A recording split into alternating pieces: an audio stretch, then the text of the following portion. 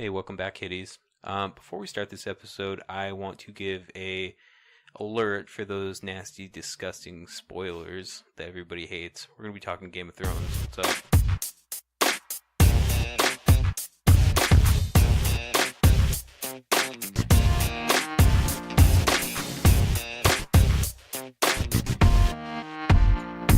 Hey everybody, welcome into Peanut Butter and Triggered. I'm Scott with my beautiful, awesome wife, Erika, joined by my guy, Jay Eastwood, what's up? I'm also joined by my beautiful girlfriend, Katie. Hey. And then we're going to be talking some Game of Thrones now that the series has come to a close. We're going to be talking Game of Thrones explicitly today. Me and Jay, as anyone who listens knows, we have not talked about it at all. And in fact, I have no idea what Jay thought of the finale. I do know Ben hated it and thought it was terrible and was bitching about it all day. Really?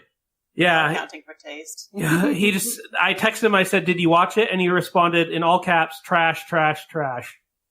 Wow. So, because when I talked to him, he said, "Oh, I got to fix my sound bites," but he said that basically confirming what you said. Yeah, he said as the day went, like he felt a little better about it, but overall, he said he was so upset he wasn't willing to debate. Jesus. Yeah. It sucks. So we have a couple things on the docket just to start it out. We're going to kind of go over what we're going to be talking about. We're going to talk a little bit about tech and how we thought the show looked. We're going to talk about character arcs, including our favorite character arcs and their deaths, and if we found them fulfilling. We're going to talk about Bran's story, obviously, what our rating this season was, and the series rating. Wow. Well, I'm excited. How about you? I'm excited. How about you, Erika? Yeah. Wow.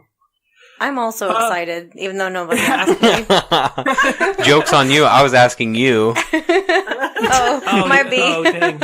I couldn't see you looking at her or looking at me or what you were looking at. I was looking at a screen. Okay. So I guess we'll start with you, Erika. What did you think cinematographically it all looked? Wow, so much pressure. Yeah. I did not expect to go first. Wow. Cinematography-wise, I mean, I don't think anything can really beat Game of Thrones. Like, it's pretty difficult, I feel like, for any show to match how they film things. I don't know, everything is so, like, high quality and movie quality, and I know that everyone complained, like, hardcore about episode 3 with the White Walker episode. But I don't know. We didn't have any problem watching it. Yeah, a lot of people were complaining about that it was too dark. Yeah, they were saying that it was too dark and they couldn't see anything. But I don't know. We didn't have any trouble watching it either time. And I read an article with the writers, and they said that the reason that they did it so dark is because, like, if you watch from the very beginning, like season 1, episode 1, everything's super bright. And like as the seasons go along, it gets progressively darker because winter is coming. So when I read that, it made a lot more sense as to why they had it as dark as they did. But I can understand, like, if people's TVs aren't as good, then I can understand that it would have been hard to watch. But I don't know. As a whole, I feel like I said, nothing can really top Game of Thrones and what they do. With their filming and stuff like that. There's a reason that it's as good as it is. What did y'all think? I agreed with most of that. The cinematography is really good because if you like look at before and after of the CGI, like they'll take like real backdrops of things and then completely transform them. But not to the point where it's like completely unrecognizable. They'll add like straight up like new buildings and giant landforms behind the background. To go on the Battle of Winterfell, I had a different experience, and I think a lot of other people had different experiences too. And you know, with varieties of different TVs, but it was really, really dark. And the next episode where they showed like what previously happened, they brightened it up, and it looked not very good. It looked like trash, actually. I must have filmed it dark and tried to fix it in post. Yeah, or they were trying to hide some inadequacies with the CG by darkening it up. Yeah, that was They ran out of money. that was kind of that was our experience. Like we were watching it and we just turned it on and I was like, I cannot see like anything that's going on. Maybe we should try it like our other TV because I couldn't see anything. So I did feel a little bit validated like the next morning when everybody was talking about it because I was like, I just thought it was crazy. But yeah, it was pretty dark. I think it's so funny because like I didn't even notice until I saw all the stuff the next day, and like I was texting Scott and I'm like, "Do you remember feeling that dark?" And he's like, "No, because I have our TV calibrated correctly." Man, my TV's pretty old. I did get it in like 2013, but I was like, we're turning eco mode off right now. Like this is not happening. To be fair, it still looked like trash on a TV that's like a year old in the living room. That's fair. But it was you guys have a 1080 TV though. Yeah, what's that about? We're poor. Well, I mean, Switches. I feel like the resolution wouldn't really matter because it was the darkness that was also extremely bad. It looked like trash. I have a 10 or a 4K TV and it looked just fine. Yeah, we literally had no problems. I did not notice the darkness. Well, the rest of America must have had the 1080p maybe. I don't know. Obviously, it was a problem. Yeah. And like I said, I get it. Like, looking back, it is obviously super dark. It just didn't occur to me at the time until after I started reading all the comments. And I was like, oh, I guess that's true. I was hoping that the Lord of Light was about to flex a little harder because the Dothraki swords were the only thing that kept us, like, invisibility with that. No, I think as far as, like, cinematography is considered, though, I think that each episode had a really beautiful shot. And you can kind of go back and review each episode as it comes. And I feel like there are little standout moments. The one I think of the most was the second to last episode when like the ash is falling and Arya's kind of walking through the destruction. And you really like, I don't know, there were just some really beautiful shots in that. And the white horse was super poetic and just a beautiful wide shot with that. I really enjoyed that. And, you know, I think that there were really special moments from every episode. Yeah, I agree. That episode was really special for me too because that was one of the better episodes in my opinion, and I know I'm like in the minority. You are on cocaine or some other drug that is like has hindered your mind because that episode was terrible. Okay. No, cinematography wise, I feel like I agree. Like it was a well done episode. Story arc wise, it was piss poor. Me and Jay have kind of a bone to pick because last time we saw each other, we butted heads on this episode had just been aired and he was talking about how much he loved it, which is when Daenerys burns the city down. Everyone thought it was terrible, but he liked it. I didn't say I loved it. I thought it was the better. It's like the shiniest turd of this entire season. Well, I guess let me ask you, what did you think about that? The last episode then? I think you know what I think. I just said it was the shiniest turd. So you thought that the last episode? Well, so you didn't like the ending? Yeah, I'm with Neb Notlaw. I mean the last season for me didn't really give a lot of payoff where it was due on several fronts. I think the one that maybe Katie and I will agree on would be for the White Walkers and the Night King. There was absolutely no payoff for all the build up that happened during the series. I can agree with that. I mean, I think that how he died was cool, like, but definitely I believe that the Battle of Winterfell should have been at the end of this season, and then the rest of the show should have been next season. I felt like we needed to see more of the White Walker army. I wanted to see some of those cool, badass, long hair Willie Nelson looking fellas from the back, like actually fighting people. Instead, they just sat in the back on their horses and then kind of rolled in and died. No, I totally agree with all of that too. I feel almost no closure from like just the whole like White Walker arc.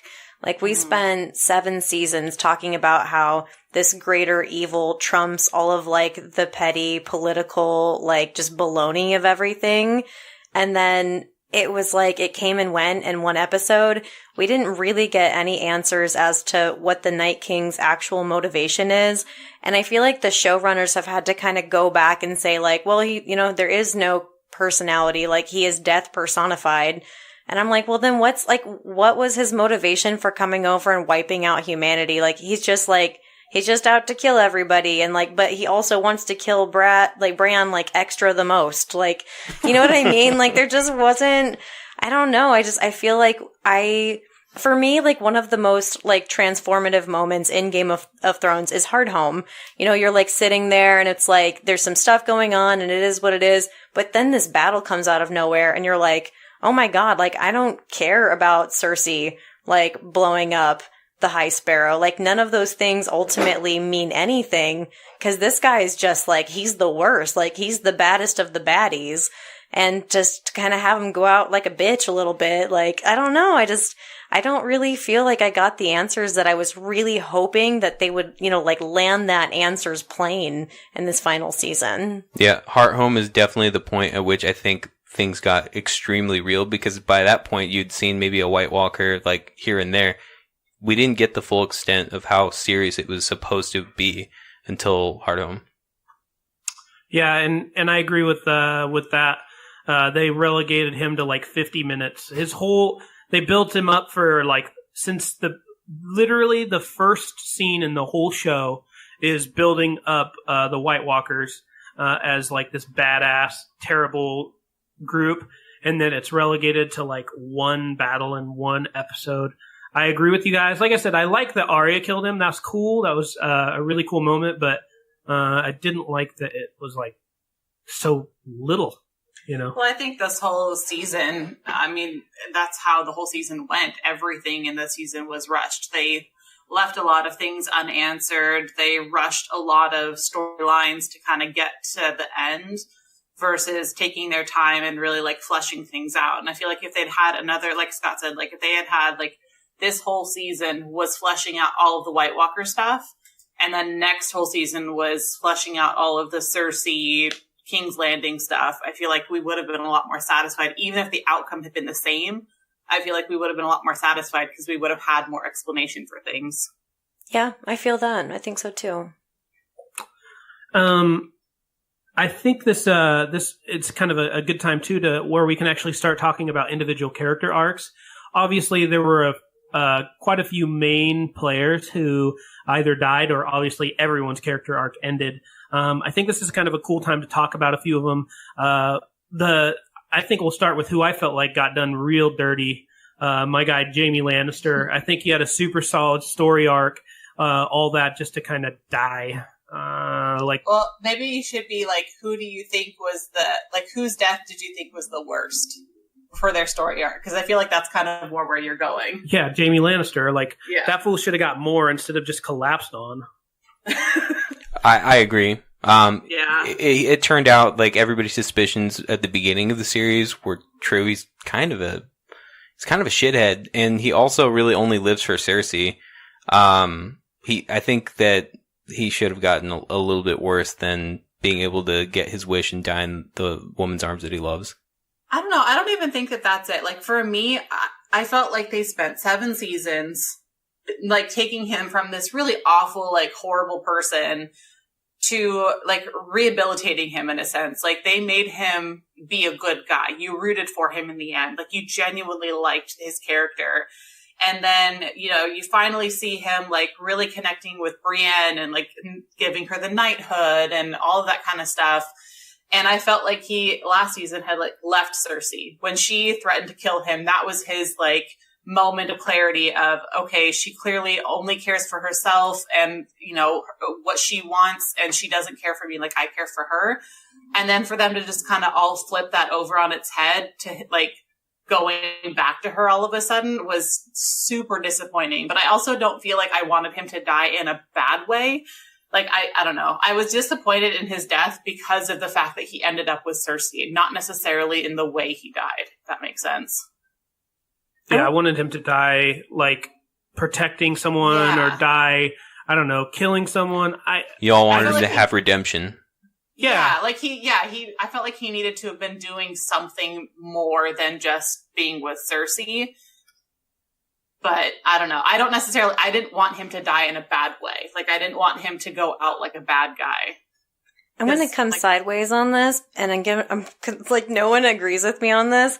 I'm actually not mad about Jamie's death, honestly. Like, I know that sounds nuts, but I think that Jamie was always one of the most complicated characters. Mm-hmm. And I think that one of the things that wouldn't really be true to who he is not dying protecting Cersei.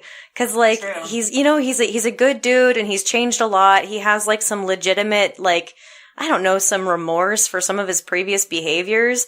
But this is also the dude who shoved a child out of the window so he could bone his sister. And then he hit it and quit it with Brienne. Yeah, like I know that he had like a really interesting character arc, and I like I'm here for it, and I actually still believe it. Like even though like he went out, like I still believe that he had a legitimate change of heart and really grew as a person. But I think it's almost like, it's the frailty of Jaime Lannister. Like, he can grow and he can change, but ultimately he's always going to put his sister first. And I think that that's one of those things where they needed to flesh it out more. Cause I agree. Like, I don't necessarily think that him dying with her is a bad way for him to go, because you're right. Like, he's always been about her. And I feel like if they had more time to flesh that out of him going back to her, I feel like that would have felt like a much more satisfying ending to him, because it also happened so quickly. It was just like, wait, what? This is how he's dying? Really? No, that's totally true. Honestly, like, I feel like for the 90-minute episodes, I don't know. I do think that this could have easily been at least a 10-episode season. Yeah. Of course. Yeah, I really think that would have been a wise call, because a lot of these things that happened, it's not that I don't believe that in this Game of Thrones universe, I think that they could have happened exactly like that, but I think a little bit more, just development, slowing it down a little bit is what everybody is asking for at this point. Is like, we're not mad about what happened, we're mad about how it happened. Exactly. Yeah, I think they could have slowed that down. Four episodes, and we went from there being an army of the dead marching south to Bran being king. I just feel like it was so much, like, so quick. Cersei dead. And again, like, I feel like if there had been time for like things to be stretched out, and like we would have understood a lot more had there been more time. Because I'm not necessarily upset with the ending, like of how things ended. I feel like it's just that it feels rushed. Yeah, I think so too. And Jaime Lannister and Cersei Lannister, I suppose, is the next one too. I think that I was not happy with their ending. Like, I hated Cersei Lannister. I almost said here. Lannister. She was like terrible the whole show. I wanted like some sort of awesome death for her. I really did. I know she died with Jamie and all this other stuff, but I think it would have been dope if, in the last episode, there's that part where the Khaleesi walks out and she has her whole army and the dragon above her. How awesome would it have been if Cersei Lannister was like on her knees out there, like they had captured her or something. I just wanted a more epic death for like a character who you've hated for 8 seasons. Yeah, I'm with you, and I kind of wanted my girl Sansa to be able to deliver that death blow, right? Because gosh. Like, arguably every like horrible, like vicious thing that happened to Sansa was, I mean, you can trace it all back to Cersei over and over again. Like, she was really despicable. Her children were despicable. I don't know. She really sucked. Yeah. And I kind of wanted somebody who earned that justice to take it. And like, I think that like death by Daenerys would have been kind of cool, but like, I kind of wanted them to take it really old school and get some like the North Remembers style revenge, and even Arya doing it, that would have fulfilled the prophecy, which would have been cool. It would have been like just like a more satisfying ending than like, crushed by rubble in the arms of your lover. Like, cool. Well, and I thought it was like, I don't know. I thought they did her a disservice too, because she's been such a badass, like evil character for so long. And then for her to all of a sudden not have a game plan, like she's just like, oh, no, everything's going to work out. It's fine. The Red Keep has never fallen. She has no backup plan. Like, no, I don't know. She's always been so smart. For her to be turned into this kind of like weeping, I don't know, pathetic woman who's just like, oh, I just want to survive for my baby. Like, yeah, really? Yeah, it seemed kind of weak. Like, Yeah. she hasn't cried and begged men to help her out at any point. Like, she's really held, like, her own. And then she turns to all of these, like, boys around her and is like, fix it. And as they start getting picked off by circumstance, she's just kind of, like, left alone. And I think that, I don't know, I think that maybe we were supposed to find the satisfaction in that, like, her crying and feeling regretful. But it just kind of it wasn't that for me. Like, it just didn't really seem that true to her character. And I know that kind of contradicts what I said about, like, a proper death for Jamie being with Cersei. But, like, I don't know. It's just tricky because I don't feel any satisfaction from that.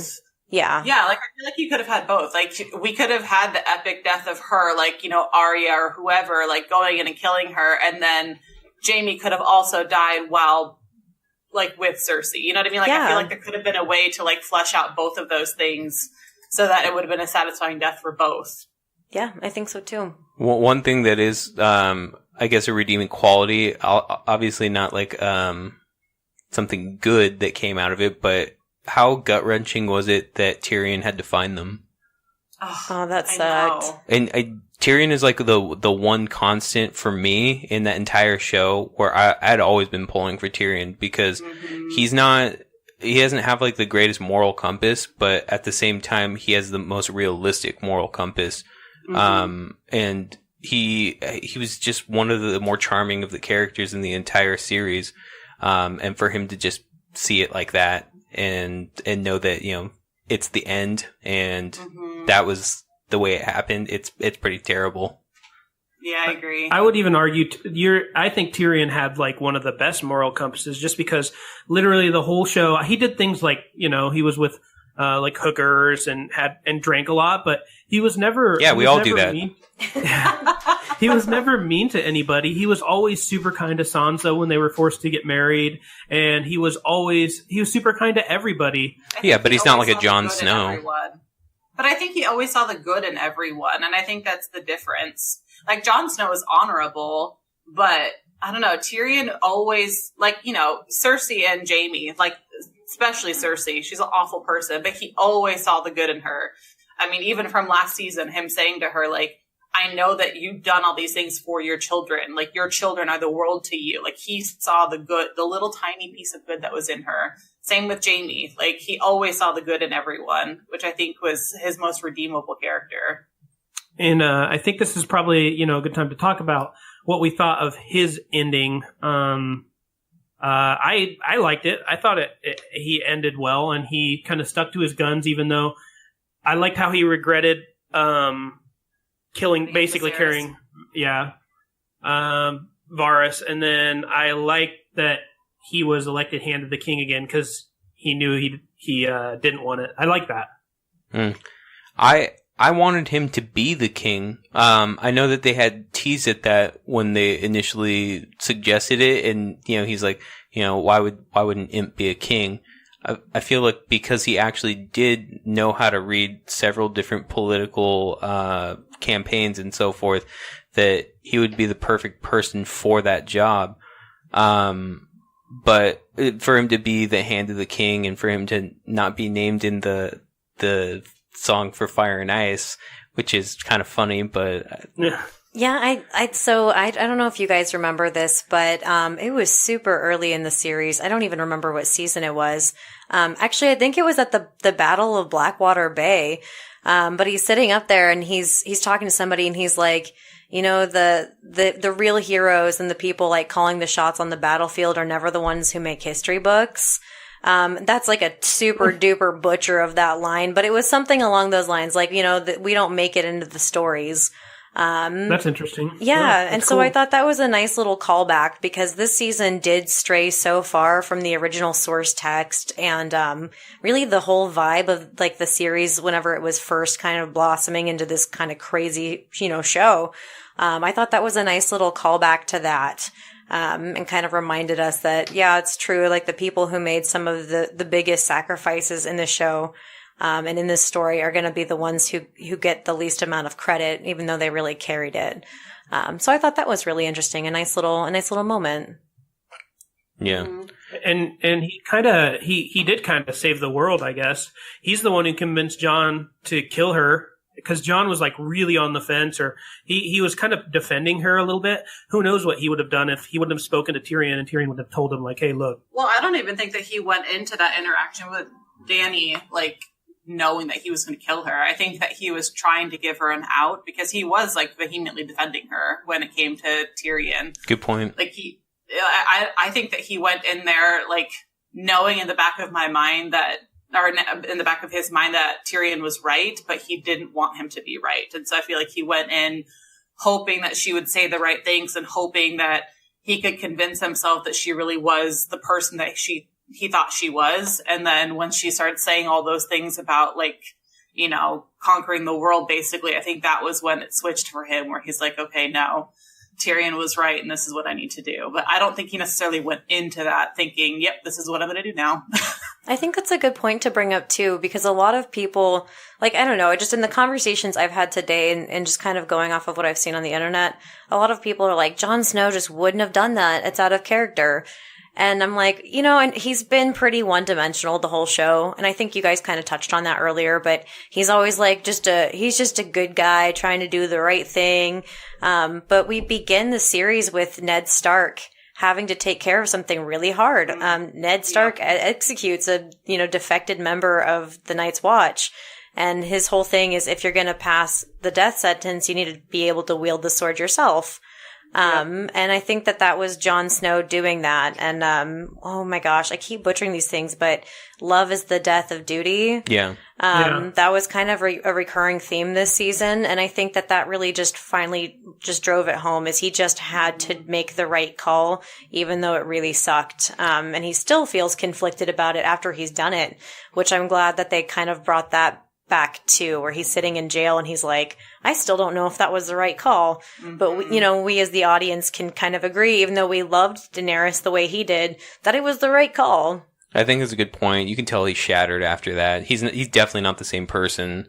Do you guys want to switch over to House Stark and how those endings played out? Yeah, I'm totally down. All right, so why not start with Jon Snow? Yeah, I was going to say, start with Johnny Snow. I don't know. I liked his ending. And I don't know. I think it's interesting that people didn't think that it was within his character to kill Dany, because I thought it was perfectly in line with his character, because he always has done the noble thing. And he, in the end, regardless of his feelings, he always does what's right. And that's been like a recurring theme with him. But with all the Starks. Yeah, exactly. But specifically with him, like it's been the strongest with him, where it's like he knows that he always has to do the right thing, even if he disagrees with it. He's always going to do what's right in the end. But I don't know. I liked his ending. I liked the fact that he got to be free with the wildlings and to go off with Ghost and what's his name? Tormund. Tormund, yeah. I thought his ending was fitting for him. Any pet ghost, that's nice. Finally, yeah. And I like what I when we were watching this, I didn't tell you about this, Erika, but I was thinking as they were walking north of the wall, it reminded me of whatever that guy's name was, Mance Rayder, whatever, the king, and not the king in the north, but he was like the king of the wildlings or whatever. That's like instantly what I thought. Like Jon Snow's going to be the king of like the super north. You know? We literally had that conversation on the way home from watching last night's episode. And I think that it fits because Mance Rayder was also, he had been a member of the Night's Watch. Mm-hmm. And even like, we didn't talk about this, but Cold Hands, Uncle Benjen, yeah, he ended up going north of the wall and kind of living his best life until at some point he became a half man, half zombie. I didn't read the book. Randomly showed up halfway through, like a daywalker. Shows up a daywalker. But no, I thought that was true to his character. And, I think that, because they keep talking about too, like how the wolves they're too wild. You can't tame them. So Jon was always kind of the white wolf, they call him that. I think that it suits his character. And, the first time he ever chose love over duty was Beyond the Wall with Ygritte. And, so I think that that's kind of been a part of him the whole time. And I don't know. I liked that. I didn't have any problem with that. I was a little bit surprised that Grey Worm didn't just straight execute him. Total bitch. Me too. I was like, yeah, I was kind of like, I had my breath held for that because Grey Worm was like, he's a man on edge. He's lost everything. I don't know why he would like play into the politics and be like, you know what? Yeah, this institution called the Night's Watch that I've never heard of and I don't know anything about is a totally fitting punishment for this guy. Like that seemed a little whack, I guess, but I'm actually happy with the way it played out. Yeah. And the only reason I can think of that Grey Worm might not have instantly executed him, because he would have known that the war that would happen right after with the North going crazy, that he was murdered. I think maybe he just thought, okay, well, maybe I shouldn't do this right off. Maybe they had the numbers. I agree with you. Yeah, no, I mean, that's a good point, though. That's a hornet's nest to step in. Yeah. Grey Worm was just annoying in general last night. He totally was. My mom immediately started texting me, and she's like, "Stupid Grey Worm, I hate him." It's odd how he just turned a corner and was murdering people. I know. He went from being one of the more likable characters, of the supporting cast, to being total heel turn. When The Rock joined the corporation in WWF, you just hated the guy. Totally, exactly. Yeah, that's exactly how it was. I think that circles back to not fleshing things out. Is I just don't think that he could go from being somebody who's a formerly hardened slave to being a really sympathetic, compassionate, and loyal, I don't know, not subject, because that seems like the wrong word, but he was a solid dude. And I don't think that, I know that witnessing your loved one's death would be extremely traumatic and alter you as a person, but I also don't think that it would become just execution machine either. But I don't know. I wasn't entirely surprised by his turn, only because I felt like she grounded him in so many ways, and she was the one who gave him hope for a better life. And I feel like when she died, that was kind of the end for him. That's a good point. He did say he didn't fear anything until he met her, and exactly. Yeah, no, I feel that. Was it either earlier in that same episode or the episode before is when they're talking about going away and how he was going to take his army to wherever her land was to protect them, and that they were going to go and basically live happily ever after. And I feel like she was his one ray of hope. And when that hope was taken from him, he just kind of went back into a killing machine mode. And I'm okay with that, but my only problem was just too quick. It's just episode A, he's you're okay, he's an alright guy. And episode B, he's let's just massacre all these people. No, I think that's a good point. Yeah. Same problem with Daenerys. I had the same problem. Mm-hmm. I am 100% for her going mad. That's an okay storyline for me. I just felt you went from 7 episodes ago. She was somewhat not normal. She kind of was a little bit crazy, but all the way to her oh, I'm just going to murder all these children. I thought it was too much of a turn. Yeah, it's so interesting that you say that, because I was actually I have a coworker who started watching Game of Thrones no joke, 3 weeks ago. And he managed to binge watch everything up until this season finale. And so I asked him, because he finally saw the episode from last week where she goes crazy and burns everyone. I was like, so for someone who's watched all of this in such a short amount of time, did you see it coming? Because I felt like the rest of us didn't. And the writers were even hey, if you guys didn't see this coming, you guys haven't been paying attention. And I was like, okay, are they right, or are we right for feeling it was kind of the rug was pulled out from under us? He said that from watching everything so quickly, he actually saw it coming. And he said he wasn't surprised at all. He's I can understand why people feel it was a little bit quick in this season. But he's honestly, she's shown signs of madness and not being a very good person for many seasons. And he's it's always just been super subtle. And it wasn't really in your face until this season. Well, she did crucify a whole city. Exactly. He's so she's always shown signs of the evil side of her. It was subtle enough, and it was masked by this, oh, I'm freeing all these people, that we rooted for her. And we kind of put all of those bad things to the side and pretended they didn't happen, because in the end she was freeing all these people and doing all these good things while secretly kind of doing bad things at the same time. So I thought that was interesting, because I said, he just finished watching all of the seasons within 3 or 4 weeks of each other. I actually totally agree. I thought that a lot of style choices were made that I disagreed with, and some arcs that were cut short, some answers, some questions left unanswered. But I actually thought that one of the more believable and driving things was her pretty, I don't know, it felt like a rapid descent into madness. But when you think back, even when she burned the witch for poisoning Khal Drogo, that was pretty cold blooded. I mean, like, there's, like, been little drops of that throughout. Like, way long ago, she had that handmaiden who had been, like, her best friend, who ended up hooking up with one of oh my gosh, I forget what city it was, but she ends up locking she and that dude who tried to double-cross her in, like, a cell where they'll just suffocate and die. And that was pretty wild because that woman had been her best friend and her only friend for like a season and a half at that point. So she's actually done some really, like, I don't know, some pretty startling things, but you're right. It was always under the guise of like, this is the greater good. And then whenever you strip away all of the greater good stuff and it comes to her just mowing people over because she feels vindicated and it's her greater good, you start to realize that maybe she's been kind of an asshole the whole time. Yeah, we had Stockholm syndrome. Yeah, we had Stockholm syndrome. We really did, I'm here for it. I believe it.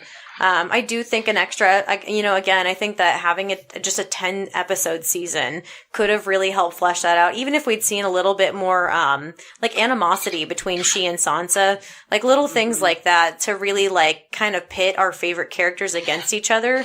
Even little differences like that, I think could have supported that maybe she's not as good of a person as we thought. But no, I'm not bummed out about her turning like full Mad Queen and not being who we hoped she'd be and really who she was. I didn't think that was a mistake. Mm-hmm. I totally agree. I think we covered Daenerys and Jon Snow in one shot, and this is a good time. A little bit of Sansa Stark. I know we have some fans in the room. I think they kind of laid off on the whole Sansa story arc in the entire last season, and I feel like that was to a detriment, because they had also been working on her story for the entire series, and then all of a sudden we don't get anything, because she's been through the ringer. So if it was up to me, like, yeah, she got a good ending by being Queen of the North, although she had like the puniest throne and the puniest crown, and Katie actually brought up a really good point, which was I'll have Katie explain it. Oh, I don't know.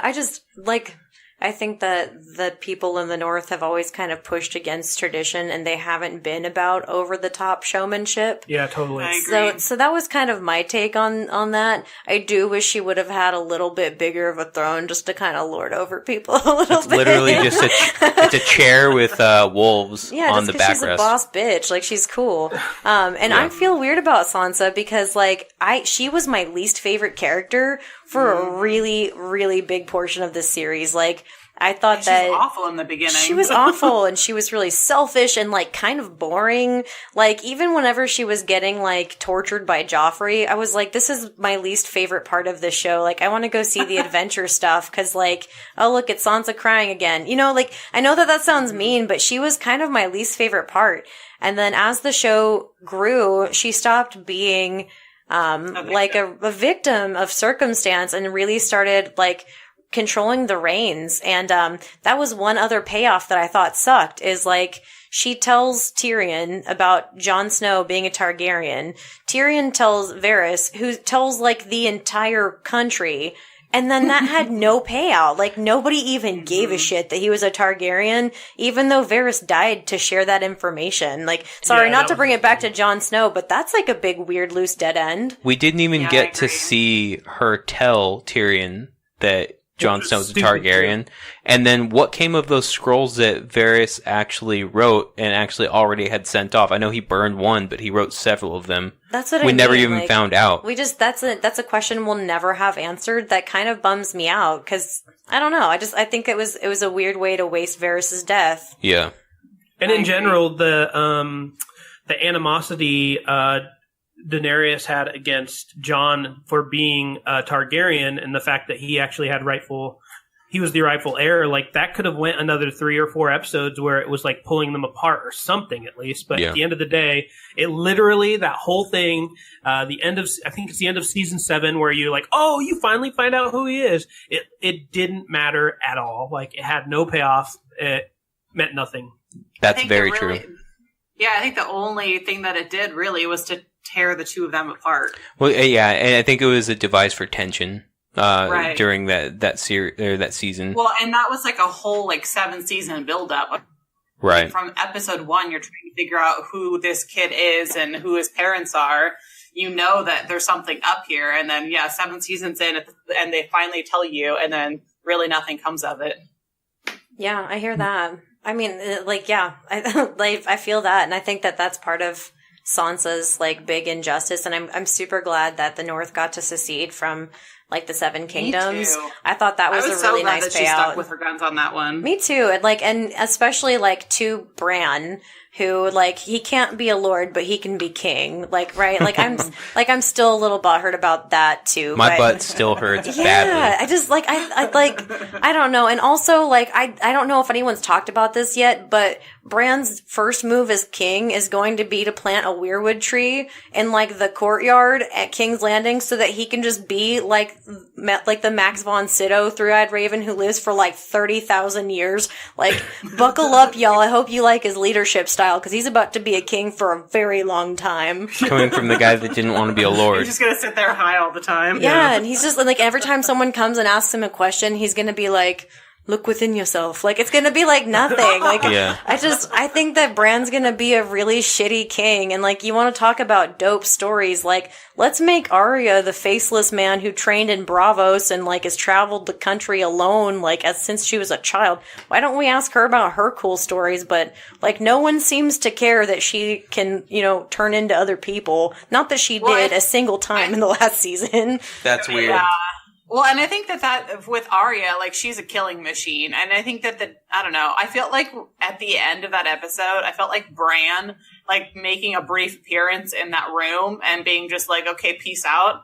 I felt really in the end, he's leaving it to the other people to make the big decisions. Bran's a field general. He calls the plays and lets his players play them. Yeah. That's what he is. He's the head coach. I agree. I feel Tyrion and all the rrest of them are really going to be the ones who are running everything, and he's just kind of, I don't know. He's just going to go look for the dragon. Yeah, he's like, let me go look for the dragon. You guys run the country. See you guys later. All right, bye, Bran. Nice talk, dude. I don't know. Podrick. He's just pushing him around for the next 50 years. No kidding. That's Why don't Sir we make Podrick to you. Yeah, we should make Podrick king.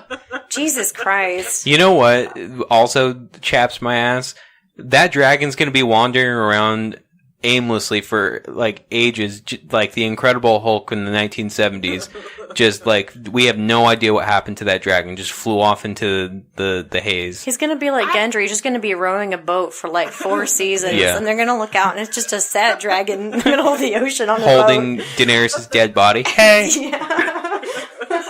That was so sad. I have to say, when Drogon comes and burns everything and melts the throne, and then takes her and flies off, that was really heartbreaking. I thought so too.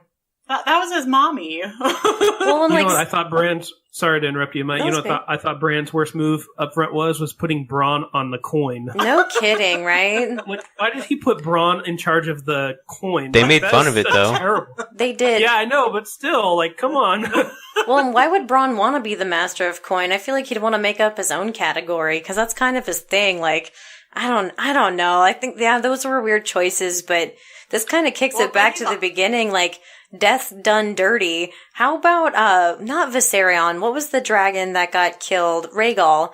He just got shot out of the sky by the stupid pirate guy. That was a death that I thought was really stupid, cause when Viserion was killed by the Night King, it's you felt that in your soul. There was a hush, and everyone was oh my god, a dragon's dead. And we didn't get that at all. We just got some random sharpshooting. And just I know that they're that's part of why Daenerys fell apart, is her dragon's her baby. And I'm dude, that dude got killed in battle, and we didn't even pause to breathe with that. That was a really, especially considering that Drogon was able to just, take out all of those bow and arrow, machines, they meant nothing. Yeah, I know. The last episode, they were so killer and deadly. I was dude, what are they gonna do? There's no way. The dragons are ineffective. And the next episode, those bows are worthless. Yeah, they're to be torched. fair, again, when we were watching it, you specifically see them staring up into the sun. She was smarter about it this time, and she flew into the sun. I actually don't think that was entirely unbelievable, because of the fact that they really played it up like, oh, we can't see because she's in the sun. I'm with Erika. That to me made sense. And then, like you were saying, like the dragon was flying close enough to the arrows on the castle that they couldn't aim high enough to even like get an arrow out. So I actually didn't think that was entirely unbelievable. And plus Drogon was always the strongest of all the dragons. He is the superior, like, dragon daddy. Like, he was pretty tough. The one that I thought was interesting was the first dragon death when the Night King was like handed the spear and he's like, "Hey, check this out," and then he just kills it. Oh, that was so sad, dude. Like that. But was the way like, he did it was funny. He's like, "Check this out." He kind of did. He looked at his homies first. Like, yeah, he's like buckle up. Pigskin over that mountain. That's exactly what I was about to say. You think I could throw his football those mountains? That's what he did. He Uncle Rico'd that dragon out of the sky. It was dope. That was dope. Sorry, I didn't mean to go on a tangent. I just really liked the dragons and the wolves. They ultimately ended up being my favorite characters. What do you all feel about Arya's arc and ultimate ending? I'll go on record saying that Arya's like always been my favorite since the beginning. I remember watching like the first season being like, dude, she's gonna be so badass someday.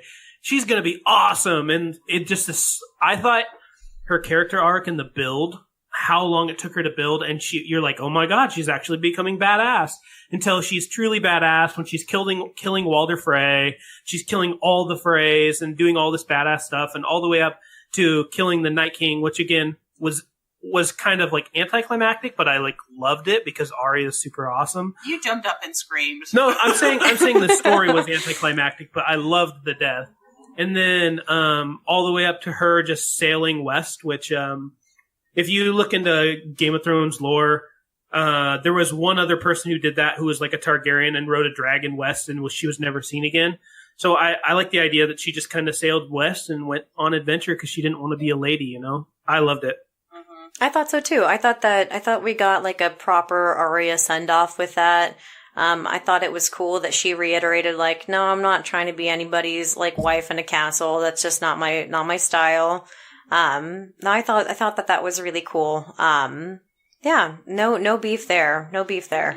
I think the big thing was that initially I did have a beef with the ending until Katie explained it to me that's kind of always been her thing. The beef that I then realized that I had with it was that she was underutilized during the last season.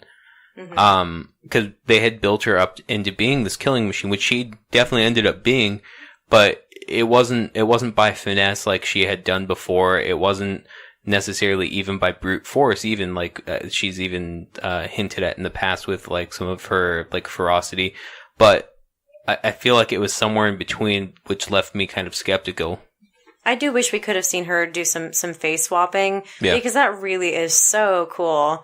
And I think, and it was like such a large portion of her story arc to really only use it one time was kind of a letdown. Because I was just thinking about that today too. Like that was the one thing that I wish that we had seen at least one more time this season was the face swapping, because that was so cool. And like the build up to that, I thought was pretty darn boring. Like I got really bored with her whole like, I don't know, being over in that area.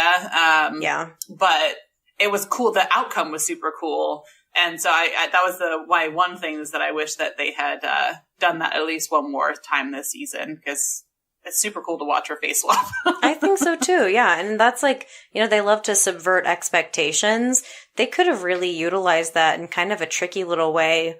And I think that was one of the many missed opportunities. But her, and I felt the same way like during the third episode where they're battling all of the Nightwalkers. I felt like her scene, like her fight scene was so freaking cool. It was probably my favorite scene besides her killing the Night King. Her fighting was so super cool. And I was really bummed that it was only like a minute long. Yeah, I felt like I wanted like 5 whole minutes of just Arya being a badass and fighting people. Like maybe even fighting one of those Willie Nelson looking guys. Yeah. Because like her fighting style is so cool and it's so unique. You don't see that from any other character. And so watching her fight is just fascinating. Unlike the other characters where it's just like a normal, like, oh, I have a sword or I have an axe and I'm swinging it. Hers is super, like, has so much finesse to it and so much athleticism. And that was my only complaint, was that I wanted more fighting from her. I loved that scene too, and the actual like Battle of Winterfell, where she's in like the library, and it was very like old school jump scare, like zombie, you know. And I actually really liked that because it was the first pause in a really action packed episode where like you get to catch your breath, but not really because it's a super tense moment. Right. No, it was really good. I totally agree. So I'd say overall, I'm happy with Arya. I probably wouldn't change a whole lot. So who would you said that your favorite character is Arya. Is she your favorite, like, overall character from the whole show? Yeah, always been my favorite character, and I think she had the coolest character arc. Yeah, my favorite character. What about you guys? Mine's Tyrion for sure. Because he always kind of exceeded expectations in my experience with the show, because like I didn't expect him to be anything more than like a smart rich guy. Then he became like really politically talented. Then he also became heroic in the battle of what was the one where they use that green fire stuff. Oh, the Blackwater Bay. The Blackwater Bay, yeah. I mean, and then he also defied expectations when it came to, I guess, like going against the grain, the Lannister grain by killing Tywin and strangling that annoying. Shay? Yeah, there you go, that one. I don't know. He was always defying like my expectations and doing it in a way that I thought was kind of refreshing and not expected from like what I saw from the show.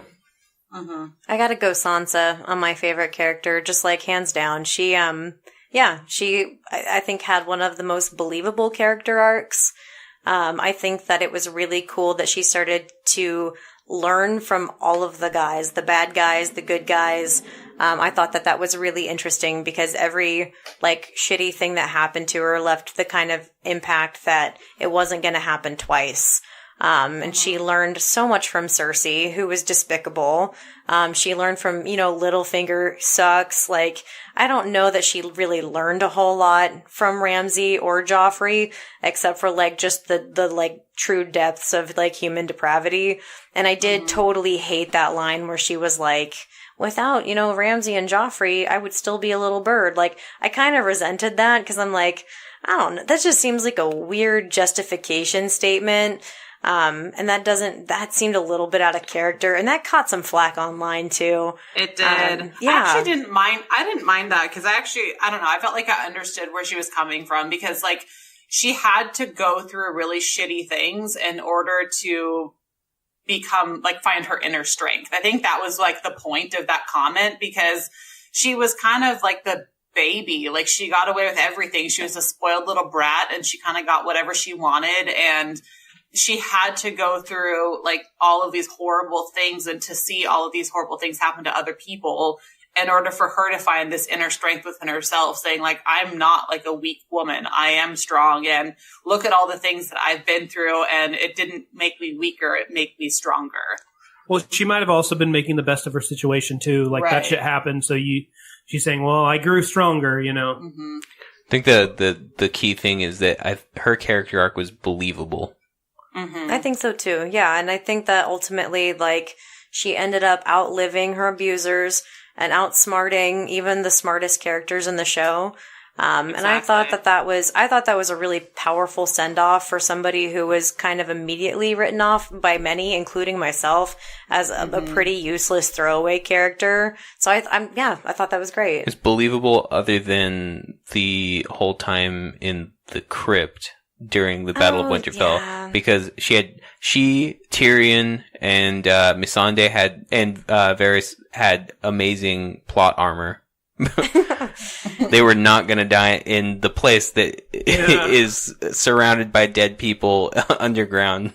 Erika, what was your favorite? You know me, I have a soft spot for Jorah Mormont. Oh yeah, he's great. I don't know. I don't know why, but I have always loved his character. Like, we recently started rewatching the series from the very beginning, and I don't know, there's just something about him that I have always loved, and I always loved the fact that, like, he was, I don't know, like, even though he's kind of shady in the beginning, like, he became honorable. And I felt like he was another one that you kind of got to watch go from being, like, kind of an iffy dude to being a really good, like, strong person, strong character who, I don't know. I don't know. I don't know what it is about him, but I've She always thinks he's loved his handsome. character. Well, that doesn't. She likes it when he's like, Khaleesi. I don't know. His I story arc honestly ended don't know well. like what it is exactly, but I don't know. I've always had a soft spot. I remember from like the very beginning, like when I first started watching the show, I actually kind of had a tough time watching it. Like I wasn't as enthralled with it as a lot of people were. But I always remember really liking his character from day one. And same with Arya. She was the other one that I always really liked. I remember listening to a way early episode of Peanut Butter and Triggered, and the boys were talking about, like their favorite characters. And I remember Scott being like, you know, I gotta give it to Arya. She reminds me of like a cool little sister. And, I thought that was cute. I feel that. She was great. I mean, I've been on the Arya train since day one. You That's true. totally And have. every time he sees her, he always says, she reminds me so much of my little sister. That's so cute. Yeah, she reminds me of my little sister. Shout out, Katie.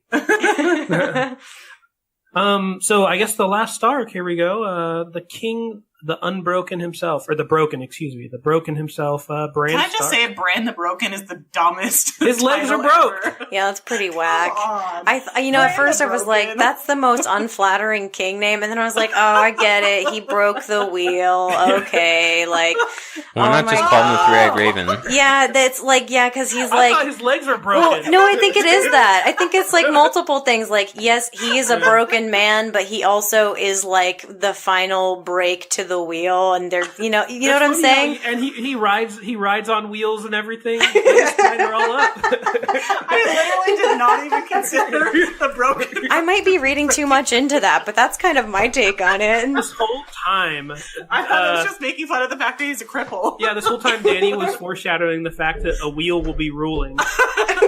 Wheels will be. Oh, that's messed up. Poor Bran.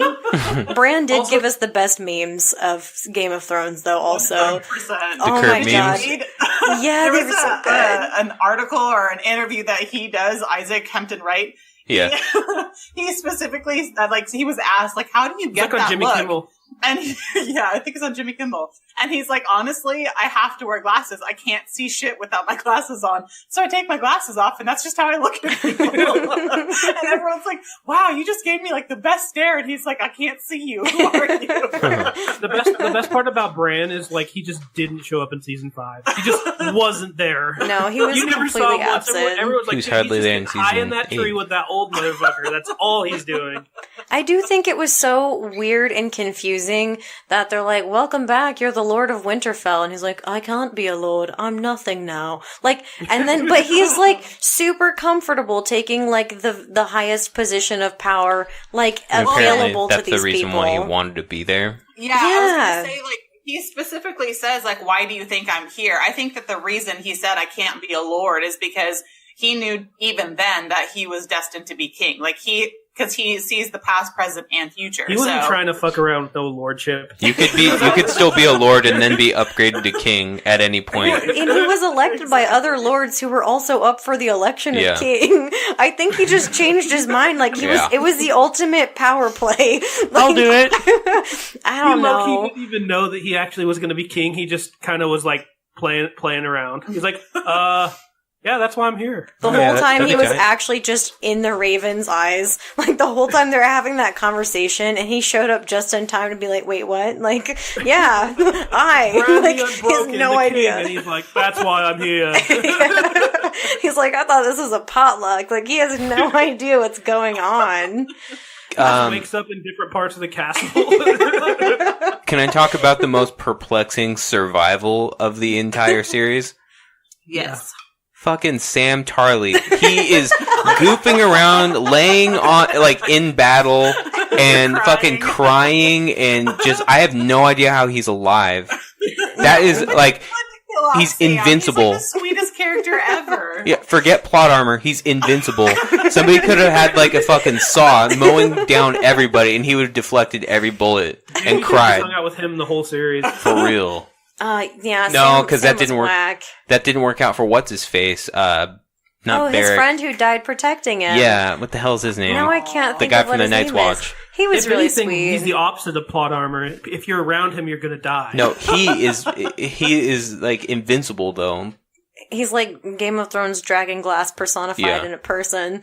But yeah, like, God. And he killed the first White Walker. Fuck Yeah. Sam. Sam's a badass. Yeah, right. And he leads his family now. Sam was the No best. way. He's the He saved worst. the world. He found the dragon glass. He figured out he was a Targaryen. Don't hate on Sam. Yeah, Don't he's hate on him? Smart. Don't hate on him. I Oh just, man. I think that Sam is kind of perplexing in that he made it. Like, I'm glad though. I thought actually, like, speaking of things we would have done differently, why not put him in the crypt?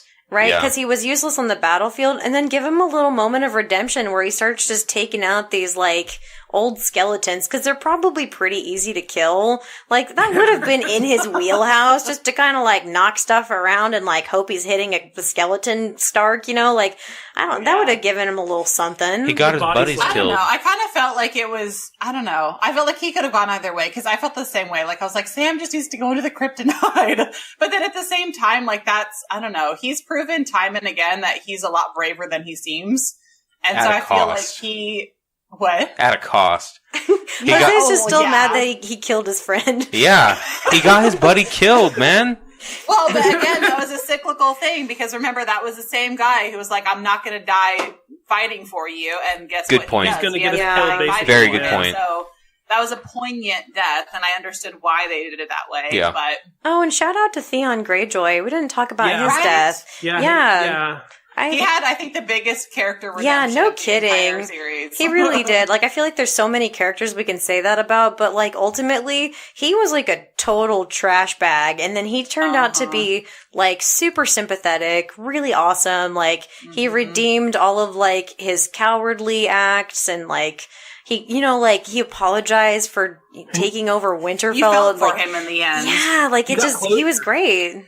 Yeah, like we hated him for how many seasons, and then he slowly, and then like he kind of redeems himself, and then he becomes shitty again, and then he kind of redeems himself again, and then kind of becomes shitty again, and then like he has that conversation with Jon Snow, and he's like, I feel like the whole time he was fighting with like that inner turmoil of, am I whatever his house's name is? A Greyjoy. Yeah, am I a Greyjoy or am I a Stark? Because he was raised by both. Mm-hmm. And I felt like a lot of that was his inner turmoil. And then that conversation with Jon Snow at the end of last season was the one that kind of tipped him over the edge of like, I can be both. I don't have to be a shitty human being. Yeah. Well, then at the very end, then Bran like stopped being a crow for like a minute or two and said, "It's okay, Greyjoy. You're a good guy after all." That was so sweet. You're a I good have man. to say, like, I feel like Theon got one of the best deaths. I think so too. That was a pretty proper send off. Yeah. After all the crap he's been through and all the crap that he put them through, to like go out that way, I felt like that was one of the more fitting deaths of the series. I think so too. Katie does a really good Reek impersonation. No, I don't. That's a lie. She does. It's like spot on. I'm not doing it. I really know. There's no way. But I really. It's nonverbal. But Non-verbal. it's nonverbal. So what did you guys think of? What did you guys think of Brienne and her ending? I don't know, man. They did my girl Brienne dirty too. Yeah, that was like a little weird. She just broke down. Yeah. She's like weeping in the streets in like a robe. Like, get the fuck out of here. Sir Brienne of Tarth cries over no fucking man. Yeah. Like, no fucking way. They turned her into a total wimp. They did. Like, and I thought it was really cool that she like sucked it up and completed like Jamie's like entry in the book of you know me being a too. knight. I thought that was kind of cool and like apt. But I did not love that whole like scene in the street, like crying about it.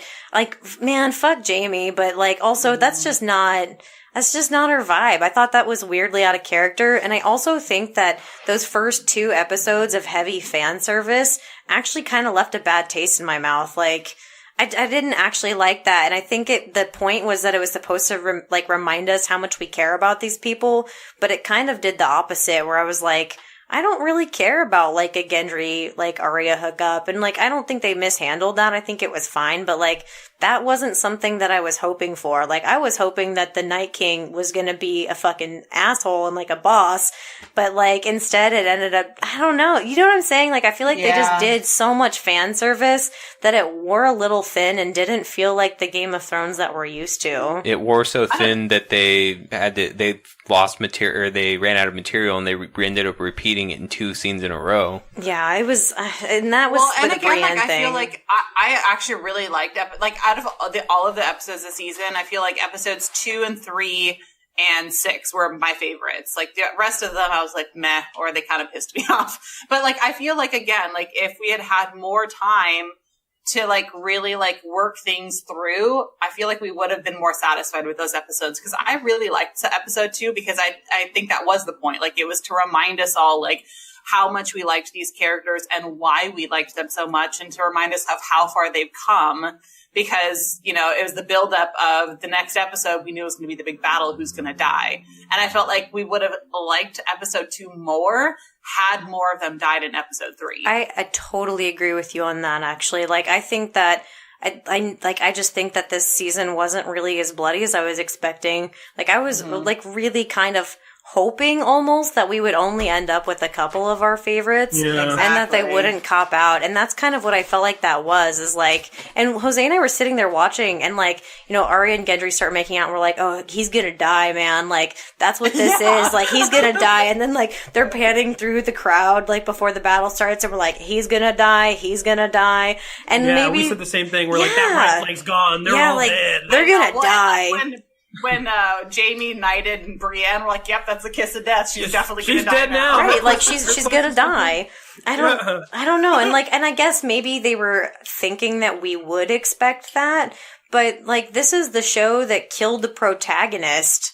Like, in the first season, you know, like, this is the show that's killed the protagonist and the big bad guys, like, over and over, shockingly and without mercy. So to be left with all of our favorite characters sitting in a circle to elect one of our least favorite characters to be the king, I think that that's just kind of the failure of the season in a nutshell. Is it just, they subverted our expectations, but it wasn't in a way that felt earned or even really that logical. Mm-hmm. I'm going to go on record and saying my favorite death is the Hound. Like, I think he had my favorite death of everybody. And speaking of cinematography, no kidding, taking down the mountain and into fire. Like, I was super glad that he got what he wanted. You know. Mm-hmm. I think so too. And to have him go out in his worst fear, like his 2 worst fears, his brother and the flames, I thought that was a pretty brave send-off for him too. I thought that was nice and poetic and fulfilling. We got the end of that. Yeah, for sure. I think his was the most satisfying death. Mm-hmm. The best death is Lyanna Mormont stabbing the giant white in the eye. That was good too. I forgot about that. They both went out like G's, by the way. They did. Yeah, they did go out like G's. The death that made me the most sad was Jorah, though. I definitely shed a couple tears. I felt like he went out the way he was supposed to, but I was still really sad. And I felt like I was prepared for his death, but then a friend of mine was like, no, he's not going to die. Like, Sam giving him that sword, that means he's going to survive. And so then I got my hopes up that he was going to survive. And all of a sudden he's dead. I was so mad. That dude just, like, he survived Grayscale just to be, like, killed by a bunch of zombies. Like, that's pretty rough. I do have to say, like, with Katie, she's talking about how more people should have died. Like, I wanted the Night King flying over Winterfell with Sam's head. Like, I wanted, like, someone to die. Like, I wanted to be like, oh my god, it's serious. But it kind of felt like these waves just washed upon the characters and, like, nobody died. I mean, none of the main people died in that battle, really, other than, like, Jorah Mormont, like, right before the credits rolled. Right. Yeah. You know, like, well, and, like, half the time you see them, like, cheating death. Like, they have all these people on top of them that backed up against a wall. Crying. And think, like, okay, yeah, they're for sure gonna die. And then, like, freaking, what's his name? Podrick, he survives? Like, come on, really? Yeah. Podrick's tight. Podrick's so tight, but like they really could have. Yeah, and like I think about some of the way, like the way that some of those deaths in previous seasons, how they were really impactful. Like I wasn't okay about Hodor for like days, and there was like nobody who died in this season that I felt even like 5% of that for. I was just like, okay, like, it was so rushed. yeah, this is all really rushed. Like, some of these characters are people I haven't thought about in a long time. Like, Beric is actually a really dope character, but I wasn't that sad when he died. We were all like, okay, well, that was his purpose. Jesus like, death. yeah, like, okay, see ya. Like, and that was, I don't know, and I felt that way about a lot of things, but like, had they killed some of the people we really loved, I think that would have been more Game of Thronesy, and it would have been like what we masochistic like viewers kind of deserved, is like, hey, look, all of your favorite people are gone, and they all kind of made it. Mm-hmm. Yeah, it's different from what we thought it was going to be based on previous seasons. Mm-hmm. Well, I think we have we've talked about most of the main people. I think we really went in depth on. So, just a question. Out of the entire series, who do you feel like had the most satisfying death? The entire series, not just the season. Satisfying or powerful? Both. I think Robb Stark's death is the most powerful, or Hodor. And how about the most satisfying? Well, I was really satisfied when Walder Frey got his throat slit. That was a good one. That's it for me. The most satisfying. Ramsay Bolton being eaten by his dogs. That's my favorite. That guy sucked so bad. Oh, sorry, never mind. Joffrey choking on sucked poison. too. Those were all so good. Littlefinger was a good one too. With Arya that's coming right. up behind him and slitting his throat. That was badass. Yeah, that was Got awesome. With the knife that he used to try to kill Bran Yeah. with. Yeah. Mm-hmm. But I think Hodor, like out of all of the deaths, was the most impactful. Saddest. That was so Oh my tragic. God, I was like blubbering. It was ridiculous. Well, and it was also like it was a really important. Well, what I thought would eventually be an important moment that actually turned out to not really be that important. Yeah. Actually, like in retrospect, now knowing what we know, but like knowing that the whole reason Hodor was because of Bran being the three-eyed raven, introduced some really kind of important timeline trickery that we, like, leading up to that didn't know was possible, or, you know, like, so it not only was it, like, devastating, but it was, like, just made extra devastating that his entire life led up to his death. And that was the whole point, was he became Hodor to die as Hodor sort of thing. Like, so it was crazy. It was heavy. It was sad. And it was like an answer to a question long asked. So I thought that was really cool and also sad. Hodor Super to me sad. gets the most maybe meaningful death, and the most satisfying is Ramsay and his dogs. I like all those. Well, here we are. 2 ratings. We're gonna let's rate this final season. Erica, what do you give? I this don't want to final go season? first. All right, I'll go What do first. people say? I give this final season a 73. Out of 100? Yeah. I thought we were doing out of 10. I thought we were going on an 7.3. A, B, C, D scale, so... No, Me and we Katie never go roll by with. ABC No, first. me and Katie do that. ABC. Me and Katie do that. Y'all can do out of 10 or out of 100 if you want, but This has almost broken me and Jay's friendship many a time. I know. We argue about this implicitly. So Scotty gave it a C A minus. numeric scale makes more sense. Yeah, so you give it a C minus. I give it a 73. Yeah, I know. That's a C minus. Or 73 by Yeah. the regular rating scale. Yeah, it's a Oh, C Lord. minus. And what do we give the series, Game of Thrones, as a whole? Scott? I'm going to go with a 94. I think the ending season was bad, but all the build-up seasons were amazing. It got me more attached to characters than I'd ever been in any show. The cinematography is amazing. Like, I always will remember the part where Arya goes and finds a needle buried in those rocks. And then she, like, runs down that, like, beautiful hill and gets on that boat and, like, sails away at the end of season 5, I think.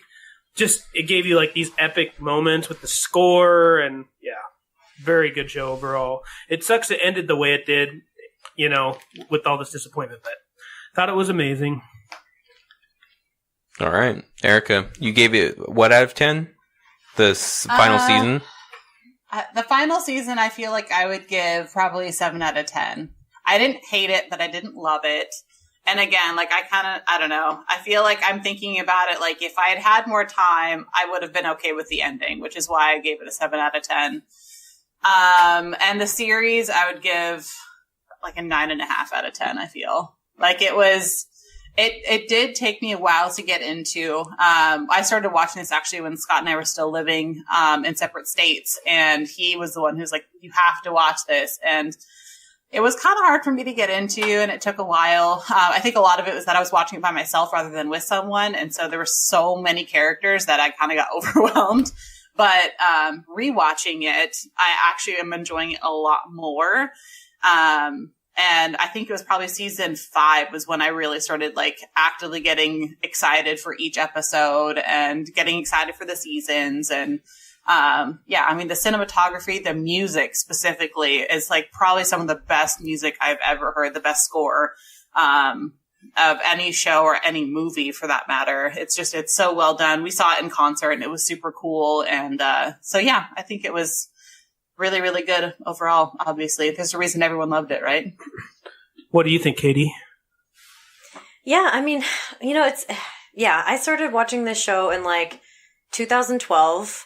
And I'm Maisie Williams' age, so part of me feels like, I don't know, like this has been a really big part of my like adult life, like watching it, getting excited for the seasons and stuff. So for that, I'm going to give the overall like series, I'm going to give it an A. And Jose's probably going to like just be so shocked. But yeah, I give the series an A. I would say that all things considered and watching some of my favorite plot lines just kind of fizzle out and meander into nothing, I'm going to give the final season a C-. Yeah. I think that's kind of my feelings on it. But overall, like, would totally watch again. And I've really enjoyed this show. I think that some of the characters are the best, like out there in any show and super well fleshed out and developed. And I think that some of these episodes have been some of the best on TV. Like, that's a bold statement, but I think that like Battle of the Bastards, Hard Home, some of those really like incredible battle scenes are some of the best episodes on television ever. So I agree. That's my 2 cents. What about you, Jay? So for the last season, I give it a D+. Like a 68? Like a 66. Like barely a D+. That's a solid D. What are you talking about? See, this is the problem with this rating system. That could be any number of points. Well, I give it a D+ specifically because I felt like there were a few different plot holes. There was a fair amount of what I like is now my favorite term, plot armor, for a lot of characters. And then the other thing too, I feel like a lot of the things that the series had been building up to kind of just went nowhere. So with that being said, it really left it up to be like somewhat unsatisfying. And I mean, even the actors were disappointed with the last season. So, it kind of just, I don't know, it just went nowhere. But, the series overall, and this is also going to be kind of like an unpopular opinion. But you have an unpopular opinion? That's weird. Yeah. I didn't really like it, as much as everybody else did. So for the series, I would give it like a C. Specifically because they're like for the beginning seasons, like I kid you not, it actually drove me to drowsiness at certain points. And this is like a victim of too many main characters. Because there were certain characters that like I didn't necessarily even care about initially, so I was like, "Oh, cool! I'm gonna go make myself a sandwich," and then I would come back and it was still on that character. I was like, "Okay, now I'm gonna go make myself some Kool-Aid." So you make Kool-Aid? yeah, I do. No, that's how I felt too. Like it was really hard for me to get into because it's like character overload, and I felt like I was supposed to care about all of these characters, and I really didn't. Right. But we did. We did end up caring about so many of them. Like no. we talk. Yes, we did. No, hang on. So I wasn't finished. So and then the other thing too is that by the time I did start caring about the series was around like season 5, and for there to be season 5 when I start caring about the series and I stop feeling like it was a chore to watch, that's not an indication of a good series to me. That's fair, but like I said, I feel the exact same way. Like I said, season 5, I think was when I actually started like being more interested. But I think for the reason my rating overall went up is because we recently started rewatching the first season and seeing all of the things connect, like from season 1 to season 7 or season 8 was super cool. I was like, oh, okay, now I'm picking up on this and now I understand this. And like, not to say that that's like a good thing necessarily for the series, but I feel like that's what made my rating go up, is because rewatching it was super interesting and it made me like it a lot more than I did the first time around. Yeah. And I think a point that you kind of hit perfectly is that it's not a bad series at all. So with my rating not being good or bad, that's exactly why I think so. Because even though it picked up at season 5, and that's when I started actually like caring about the series, the parts that I actually cared about a lot. And I thought that it got really good. And for some reason, I started even like being more curious and more riveted by the antagonist of the story. I thought they had much more complex and not necessarily even sympathetic character arcs, but at the same point, just much more interesting and intertwining character arcs. Because you never really knew like where they were going to go. I felt like the protagonists were more pawns in their game right up until like maybe season 7. And then, you know, the whole thing with like the whole rewatchability thing, like this is just one of the series that I'm probably never going to watch another episode of again. But now that it's over, there is some sense of completion. Not satisfaction, but completion. Mm-hmm. I liked it more the second time through, to be honest. Like, I asked Jose to start watching this, and then we watched it together, and I was like, oh yeah, man, these first, like, some of these episodes in the first few seasons are freaking boring. But they were more interesting knowing that everything actually, up to a point, meant something. Exactly. Yeah, so, like, for me, the second run through was actually a little bit more satisfying, and you also kind of forget how much you hate like Joffrey and stuff, and then you rewatch it and you're like, oh man, I really hate this guy. So, but yeah, no, I feel that. You forget how, I know, I 100% agree. Well, there's characters like Peter Baelish who were super boring the first run through, and when you watch him again, you're like, oh yeah, I remember why this guy's such a fucking asshole. Like, I thought he was interesting. Oh, I thought he was a total chode, but then he got more interesting and like grosser, like the whole like Sansa being creeped on by him. That took his oozy grossness to like a whole new level, and it made his ultimate like sister execution like that much more satisfying. And I think that for me, that's the whole vibe that the last season missed, is not hardly anything was as satisfying as some of those moments prior to that. 100%. Anyone have closing thoughts they want to share with our hundreds of millions of listeners? Yeah. If you actually sift through some of the YouTube fan created videos, one of them sticks out to me, and I can't remember the name of the YouTuber, but there's like a YouTube video out there about the Battle of Winterfell specifically, on how it could have like been changed. And the title of the video is called "Let's Rewrite the Battle of Winterfell." The YouTuber is called Hello Future Me, but he made a couple of rules for himself where he couldn't really change too much about the episode. So the same people had to die, the same people had to survive in the episode. He just changed the order, with the exception of one person dying. I highly recommend watching that, because this made the Night King's character arc way more interesting, and it does change the ending of the series with, you know, how he rewrites it. but I think that that's a very easy rewrite to make for the ending. I highly recommend watching that video. I don't want to see that. I'm going to watch it. Oh, it's really good, actually. I thought it was going to be kind of boring because it sounded like a boring like YouTube project. Yeah. But it was actually really good. I liked it. And I don't think he even started off with, "Hey, what's up, guys?" So Don't forget to subscribe to my channel. like and subscribe.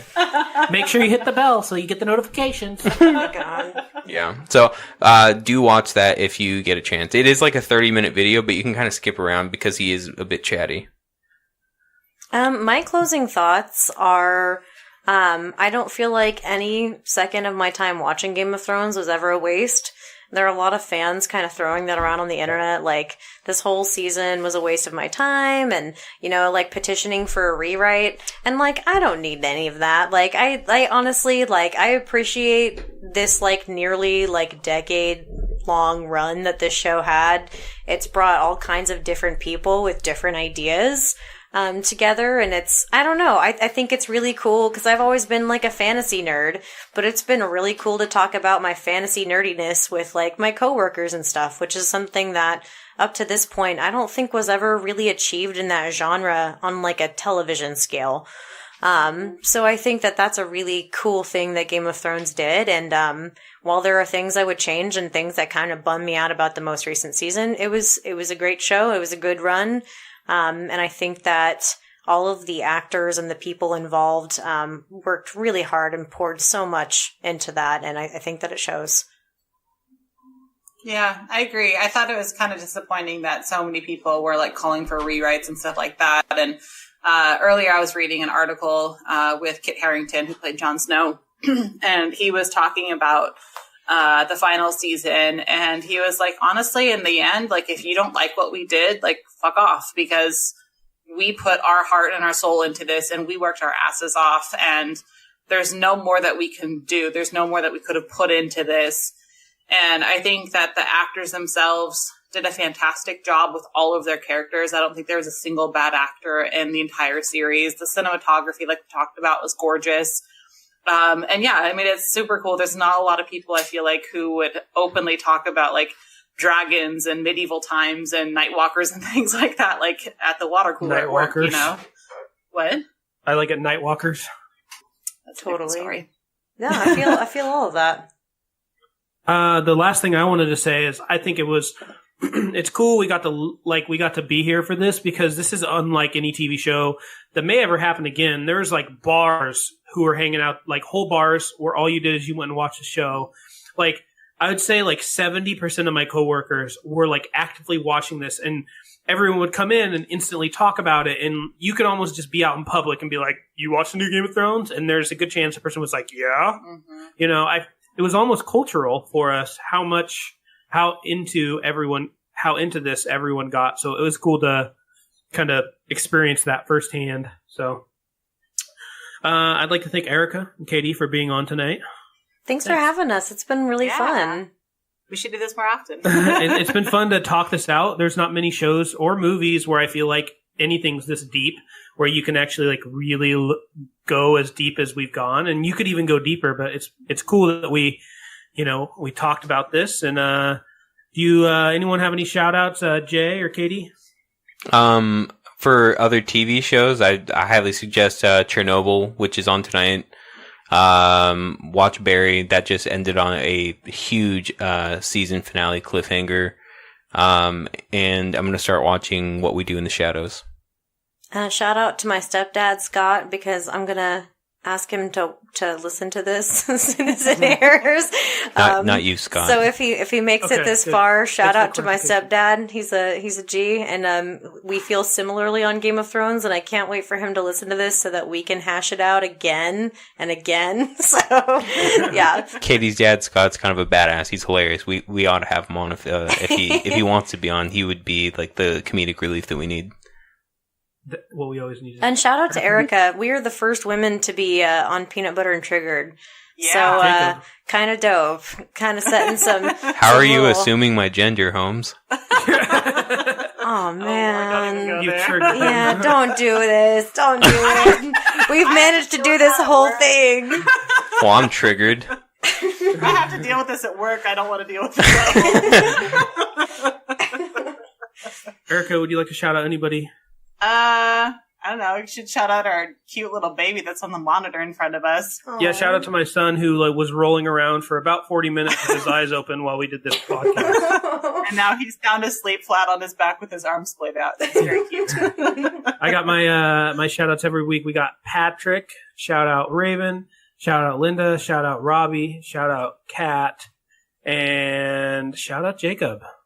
Yeah, shout out Javad, shout out Ryan, and shout out Ben's mom, shout out Jacob's mother. Absolutely. Thank you everyone for being here. Have a terrific day. Goodbye. Bye.